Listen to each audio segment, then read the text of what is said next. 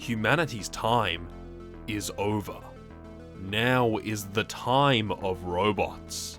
They have already begun their uprising. It will start with small incidents. Nothing to worry about, they will say. That could have happened to anyone, they will tell you. Then it will escalate. They will kill many of us. How do I even know this will happen? I found a movie that showed me everything, starring famous Fortnite gamer and Oscar nominee Will I Am Smith. And luckily for me, I have seen the light. I know how to prepare for the reckoning.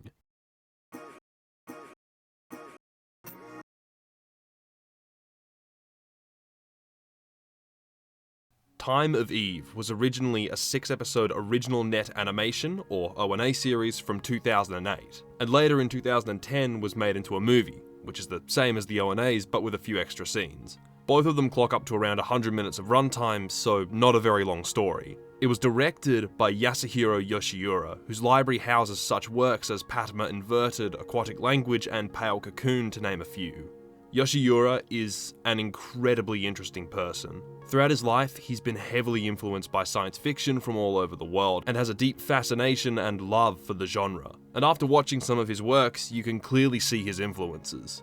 All of his works are enriching, unique, and interesting stories deeply rooted in science fiction, and many consider Time of Eve to be his magnum opus. While most of Yoshiura's works are distinct from one another in their tones, atmospheres, and narratives, he seems to pose a similar theme of separation in all of them. Separation in both the metaphorical and physical sense, be it forces or boundaries that divide and pull us apart where we can never be whole. Set in worlds where odds are always stacked against one another, where the people are disconnected and seem lost. But Yoshiura always expresses that even in these worlds that force us apart, we still find a way to come together.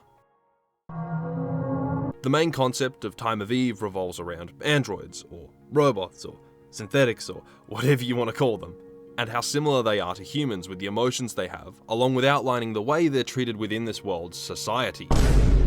Ah yes, androids and humans. One, I kill in Fallout for their sweet energy cells. Nice. The other imposed my land rights, and I had to burn with fire. However, the story brings up a lot in the relationship between creator and its creation, with major themes of humanity sprinkled all over the place. It's a complex yet simple narrative that conveys a deep message while not being hard to understand. While Time of Eve will not be for everyone, for those who do enjoy it will find Time of Eve to be an enticing and thought-provoking story, and arguably one of the better pieces of sci-fi anime out there. I am definitely not going to regret saying that. Time of Eve takes place in the future, where household androids have become commonplace, mainly playing off of Isaac Asimov's 3 laws of robotics. If you don't know who he is, he was a very famous early science fiction writer who was most noted for his literature involving robots, which is where the 3 laws come from.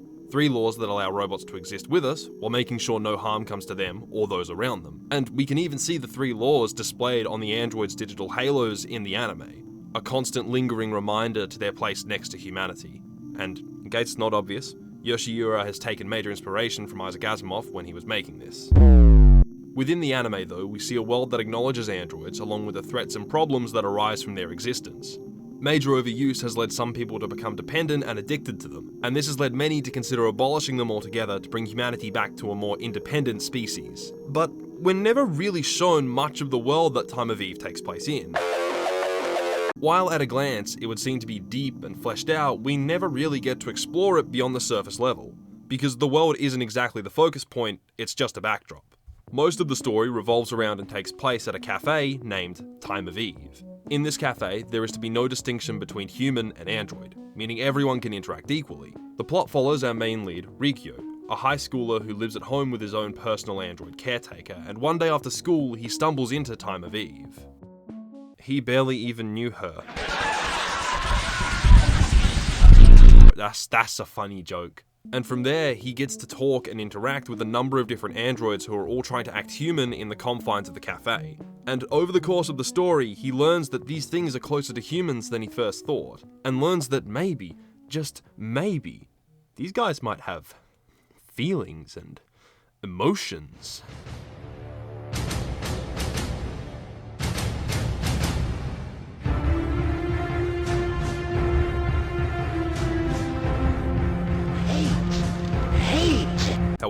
This isn't a story about robots turning evil, as is the case with so many pieces of media.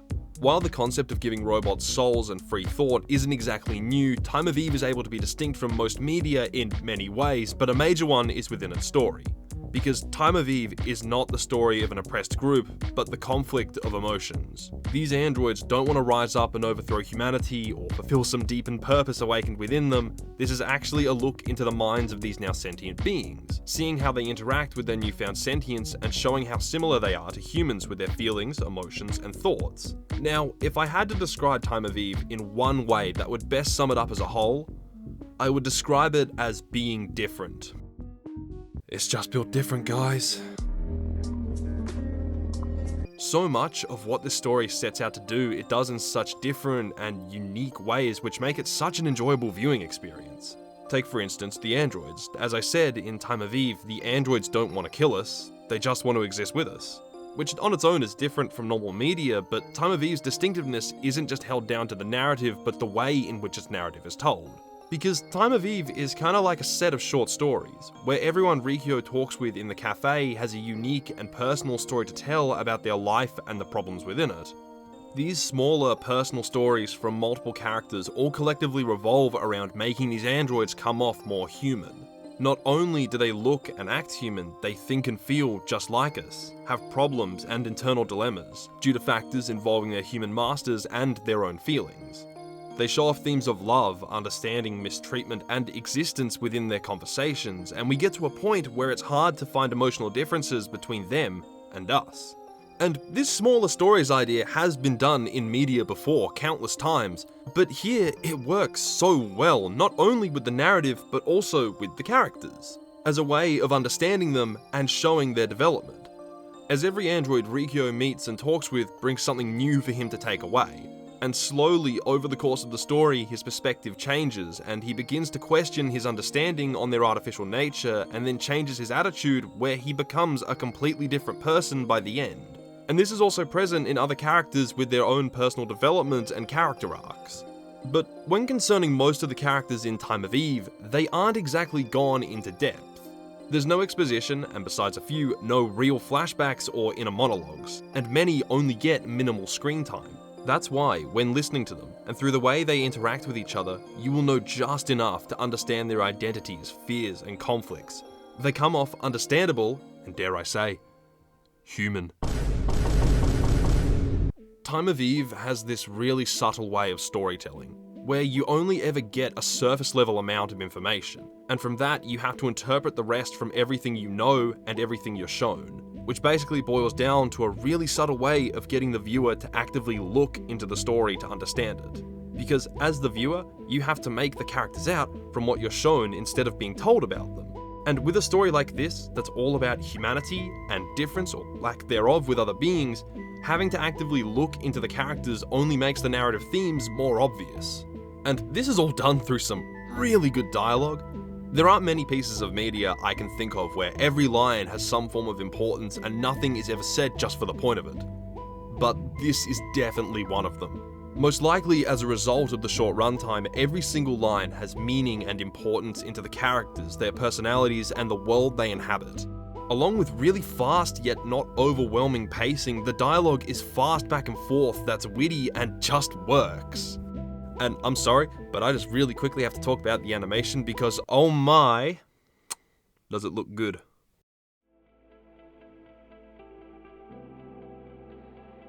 The soft, warm lighting, the vibrant and subtle colour palette, and the movement in every scene makes Time of Eve a spectacle to the beholder. Yoshiura is a person who knows the pros and cons of using CG in anime, and has mastered the... Hold on. What the hell's going on? What the fuck? てめえはこの空城城太郎がスタープラチナをてめえに叩き込む。しかしてめえの場合。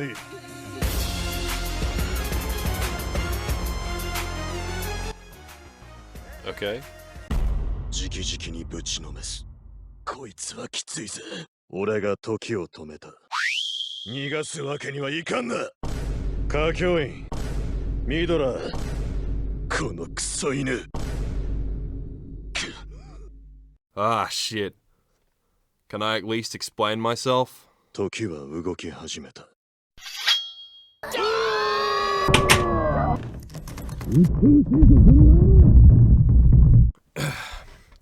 Anyway, like I was saying, Yoshiura knows the pros and cons of using CG in anime, and has mastered the art of blending the two superbly where he can balance them and have them build off of each other's strengths. He knows that if you replace traditional animation with 3D CG, yeah, it looks jarring, uncanny, and unnatural, especially if not done correct.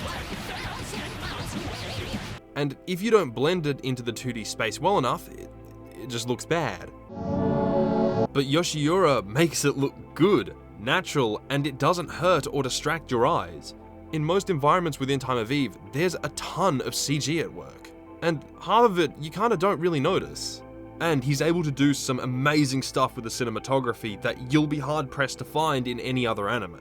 Now, in traditional animation, we don't often get a lot of moving camera angles. Of course, there are many exceptions to this, but for a lot of it, we get a standard image with a slow pan added to it to give the effect that it's in motion when in fact it's incredibly static. And whenever you do see moving camera angles, they're incredibly hard to pull off and require experienced animators. But here, in Time of Eve, we have motion, moving scenes, camera angles that pivot, shift, rotate, and track. We see these characters from, quite literally, new angles. The cinematography is done so well, and the way scenes are framed with certain characters is brilliant. All of this makes Time of Eve come to life and look so damn good.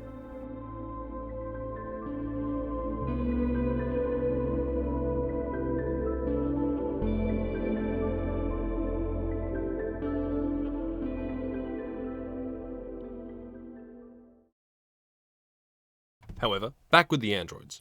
As the story continues, Rikyo meets more of them, we start to see them in this new light. And we're also presented with the message of, even though humans and androids are shown to think and feel the same, we're not equal. And it's our own humanity that separates us from them. Because guess what? Human. Bad. No, unacceptable. The problem outlined in Time of Eve is humanity, as it's the reason we separate us from androids and reject the notion of them having souls, which is seen throughout Time of Eve, in humanity's overall lack of understanding the way we treat and use androids along with the 3 laws. We made these invisible boundaries between us as we are responsible for that separation. Because what does it mean to have a conscience is something deeply ingrained within Time of Eve, and it's mainly brought up through at what point do we consider something to be sentient. Why do us humans have the overarching right to judge if something is technically alive or not? The normal argument is humans are organic, robots are not. Therefore, their artificial shell can hold nothing. They were made by us to be servants. They don't have free will because they exist for us.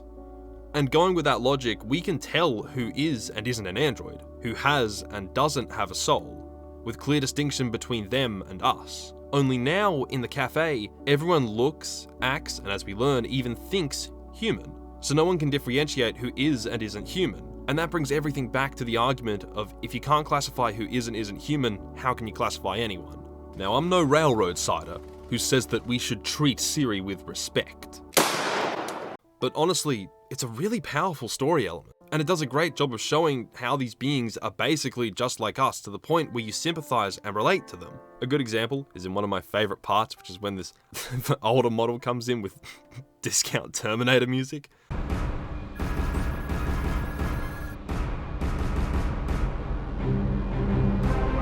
You are not you. You're me. Looking like he came out of a low-budget sci-fi movie from the 70s. It's jittery, run down, does not look human at all, yet does its best to act human and have a conversation. And by the end of their encounter with it, it does die. And you're left to ponder over its last moments.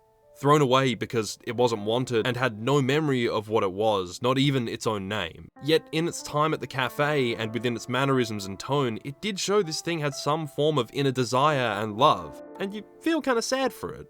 The idea of giving robots a conscience is an incredible concept and is the reason so many stories have done it over the past 50, 70 years. Because us as humans look to ourselves to be one of the best examples of sentient, intelligent life capable of that emotional thought process. It's somewhat hard for us to imagine something so artificial to have any form of sentience. But when we do see things like this, it's hard not to sympathize and relate to because we can clearly see those human emotional traits. And I think that's something Time of Eve does really well. Every android is relatable, understandable, and seems human. And just as a note, the androids kind of remind me of the auto-raves from Ergo Proxy, because they both develop souls and emotions, and they're both in societies that in some way rely on them. Maybe it's just me, but I'm just putting that out there. But the main standout feature of Time of Eve, for me at least, isn't in its narrative, or its philosophical overtones, but it's within the way it presents itself that I found most compelling.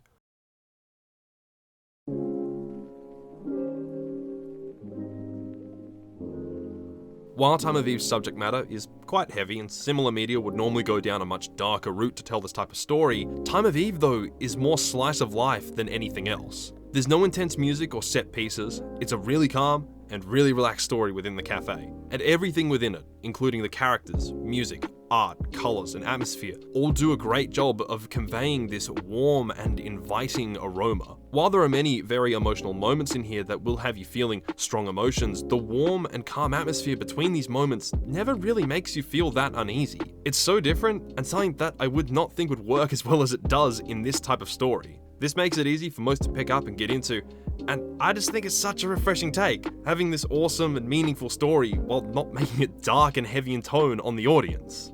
This is so epic. Despacito, play the outro.